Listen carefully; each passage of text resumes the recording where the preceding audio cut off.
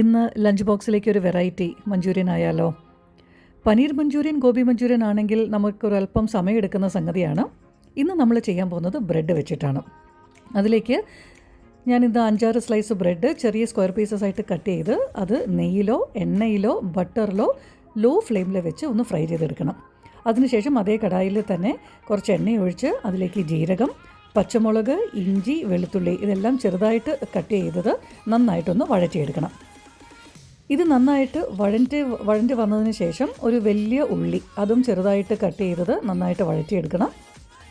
അതിനുശേഷം ഇതിലേക്ക് ചെറുതായിട്ട് അരിഞ്ഞു വെച്ചിരിക്കുന്ന ക്യാപ്സിക്കം, തക്കാളി ഇത് രണ്ടും കൂടെ നന്നായിട്ടൊന്ന് വഴറ്റിയെടുക്കുക.